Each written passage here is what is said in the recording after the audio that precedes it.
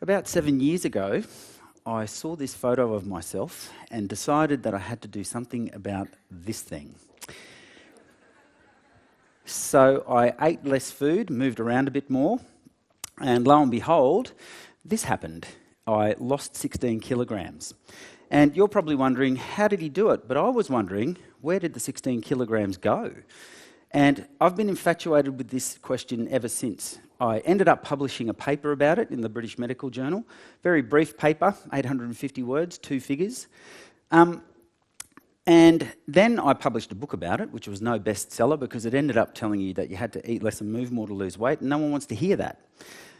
But it is now a first-year subject at the University of New South Wales. And so I better explain that I did not figure out where fat goes when you lose weight. That was done a long time ago. In fact, here's some timeposts for you. When Captain Cook sailed past Bundaberg in 1770, we did not know what happens to fat when you lose weight. But when the first fleet sailed into Sydney Cove, we did know the answer, and it was all figured out by this bloke in between. His name's Antoine Lavoisier. He figured out that respiration is a combustion. You turn food into carbon dioxide and water, and in the process, nothing is lost. Nothing's created, everything is just transformed. And so what did I do? Well, when I lost weight and I first thought about this, I was so infatuated, I wanted to know, if I lose 10 kilos, where does the 10 kilos go precisely? And it took me months to figure this out, but it turns out that when you lose weight, 8.4 kilos out of every 10 comes out of your lungs, which I think is the best fact I've ever heard. So I gave and you've got to add oxygen to do this, so you can't do it like that. It takes a while. So I gave a talk about this at TEDxQUT a long time ago now, and then I did a story for ABC TV Catalyst, and I met this fella, Professor Andrew Brown, who teaches biochemistry, and I showed him my calculations, and he said, that's pretty interesting, let's try and get that published. And so he helped me get it into the British Medical Journal. And the other thing we did was we surveyed 150 doctors, dietitians and personal trainers and asked them what they thought. And here's the thing. What they think happens is impossible. You can't turn fat into energy because it's made of atoms. And you would need antimatter atoms to annihilate them. So that's literally impossible. And since then, I've realised, well, hang on, this is part of a much bigger gap in health literacy. I've asked literally thousands of kids this question. When you breathe in, what are you inhaling? Oxygen. And what are you exhaling? Carbon dioxide. What they don't realise is that they're breathing in atoms, and 2 go in, but 3 come out. And it's this atom here that is the gap in health literacy. It's also the secret to weight loss because it means that your exhaled breath is heavier than your inhaled breath. And when you ask around, so few people know this. Well, have a listen to these people. What's the gas that you're inhaling out of the air that's keeping you alive called? Oxygen. Oxygen. And what's the gas you breathe out because you're alive? Carbon dioxide. Carbon dioxide. Yep. Now, third question. Where do the carbon atoms in the carbon dioxide come from? Oh. I don't know. I have no idea. I've got no idea. Wouldn't have a clue, mate. Ooh. Wow, good question. I should have concentrated more on chemistry. Like, where do carbon atoms come from, or Pollution or fumes, gas, cars and stuff? I don't know. Yeah, vehicles. don't know. Cow poop. Should know, but don't know. All right, so to be somewhere in the body, right? Out of my lungs. My lungs. From the environment, From your bloodstream. from living things, maybe from the blood, from plants, My chemistry days are over. I've got nothing. from the food we eat. You nailed it. You got there. Really? Yeah. Okay. So you eat it? Yeah. We eat it? From what? Have you heard of carbohydrates? Yes. Oh, yeah? Oh, What do you okay. reckon the carbo bit means? Carbon dioxide. Probably carbon dioxide. There's a connection somewhere. Like carbon and hydrogen and oxygen together. Yes. Carbohydrate, yeah. It's got the same word. Never thought it's CHO, so it's carbon, hydrogen. Okay, interesting. Yeah. What do you do for a crust? I'm a PDHPE teacher. This is not a gap in health literacy. This is a gaping black hole in health literacy.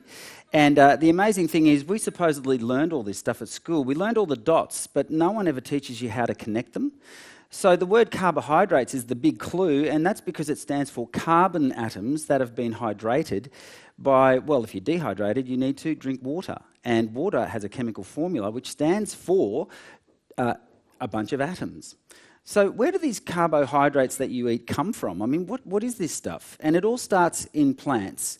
So step one in making carbohydrates is plants suck water out of the soil. They take the water molecules, stick it into a molecule called chlorophyll you've all heard of. It takes a photon of sunlight to zap that bond and zap that bond, and now we have the atoms free. You do that twice and you've got enough atoms now to make an oxygen molecule, which is the waste product of photosynthesis. And by the way, you breathe that stuff. So every oxygen molecule you inhale came from 2 water molecules.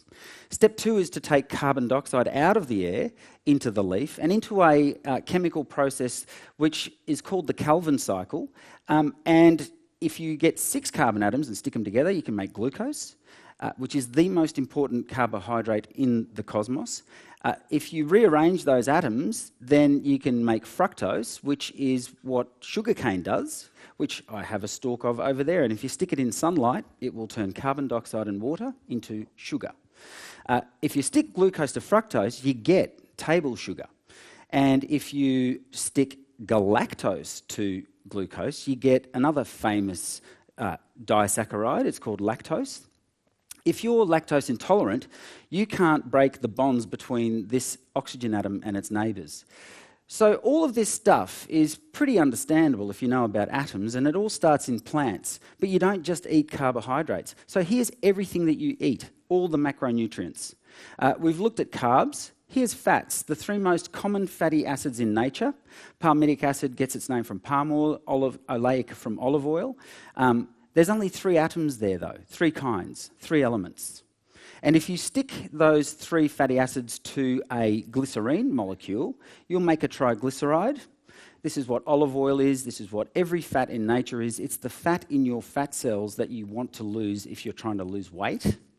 And when you burn it, what you're really doing is turning it into carbon dioxide and water. You call it metabolism. People say they're burning fat. It means you're turning it into carbon dioxide and water. And there's 2 ways to do it. The main highway is called the beta oxidation pathway, but there's another way called the ketogenic pathway, and the low carb people will be all over this. It's taking fatty acids and turning them into smaller molecules, acetoacetate, which can then be turned into acetone, and beta hydroxybutyrate. But the point is, you still add oxygen and it still turns into carbon dioxide and water. So it doesn't matter what kind of diet you're on. If you're burning fat, you're turning it into CO2 and H2O. And alcohol is made of the same 3 atoms. Protein is an interesting one. It's made out of 20 kinds of amino acids, but there's only 2 more kinds of atoms. So for all their complexity, there's only 5 elements. And if you eat them, well, let's take a look. Because to make a human, you need those 20 amino acids. All the protein in nature is made out of these 20 amino acids. A baby, a human, is 60% water, 16% protein, 19% fat, and 5% bit of other stuff. And when you burn protein, if you eat a lot of it, you can't store it, so you'll burn it and you'll turn it into carbon dioxide and water, a bit of urea and some sulfate. Those 2 things will end up in the toilet via your bladder, and now you know where everything that you eat goes. You might be wondering though, I'm eating carbon, hydrogen, oxygen. What's all this talk about diets? Well, amazingly, this junk diet is also made of nothing but carbon, hydrogen, and oxygen, but you're not getting many vitamins and minerals. So let's take a look at those. Here's all 14 vitamins and vitamins that you need to eat. If you don't eat them, you'll get scurvy, beriberi, rickets, you'll go blind. But the amazing thing is, per day, you only need about 0.5 gram of this stuff. The 14 elements that you have to take, we call them minerals. Here they are. These are the recommended daily intakes. And if you stick all that together, it's 7 grams worth of stuff. It's not very much. That's why we call them micronutrients. So when I tell people this, the first question I get asked is, so what, I just have to breathe more? And they'll start hyperventilating. So let's talk about breathing. Talk to anyone who works in an ICU unit and they'll tell you that a human who's lying perfectly still needs 3.5 mils of oxygen and 2.6 to 2.9 millilitres of CO2 will come out of them per kilogram of that person. Now, I weigh 72 kilos, so that means I need about 252 millilitres of oxygen just to stay alive. That's 15 litres per hour. And over here, I have an hour's worth of breathing. This is how much air I have to breathe just to get that 1 balloon of oxygen into my bloodstream. A balloon is about 15 litres. So that's how much oxygen I need per hour just to stay awake and alive. Not awake, sorry, I mean alive. It's my resting metabolic rate. And in that hour, when I breathe all this air back out again, it'll have a balloon worth of CO2 in it. And these numbers just get better and better and better. If you add up all the carbon atoms in that much CO2, it's 136 to 151 grams a day of just carbon. It's about 1 kilo a week. It's about 49 to 55 kilos a year. If you want to lose weight, don't eat that much carbon back in. That's the whole key to breathing yourself thin. Doctors will, if you are not breathing, they will monitor your breathing. If you're having an operation, the anaesthetist will look for your breaths. This is how much CO2 there should be in your breath. If you hyperventilate, your body is not producing more CO2, you're just breathing out more than you need to. And so this will happen. You're pumping out more than you're making. The amount in your body will go down. It's called hypocapnia. It will lead to a loss of consciousness if you do it for too long. And some people ask me, what about people who have COPD or emphysema? Could they get overweight because they can't get rid of enough CO2? Well, they can't do the Calvin cycle. A plant can. So you can't turn the CO2 that you're not breathing out back into fat. It's impossible. So, you know, there's a lot of misconceptions about this business. Now, it takes a while to breathe out the carbon that you eat. So let's have a look at how much carbon you can put in really quickly. I quite like this stuff, and there is a lot of sugar in lemon-flavoured soft drink. It's one of the highest. So how much sugar are we talking about? It's, well, one stick is 3 grams, so there's 23 1/3 of a stick in there, which looks like this. And if you want to turn that much sugar into carbon dioxide and water, well, it's going to take a while. You're going to need to breathe in that much oxygen. You'll make that much CO2. How much is that? It's 4 balloons worth. And it's 4 balloons worth of CO2. So how long is it going to take me to breathe out that much carbon? It's going to take me 4 hours because I only breathe out 1 balloon of carbon dioxide per hour if I stay still. But if I go for a walk, I'll breathe it out in an hour. If I run, it'll only take me 30 minutes. That's why they say eat less, move more, because when you're moving more, you're breathing more, and there's always CO2 in your breath. What about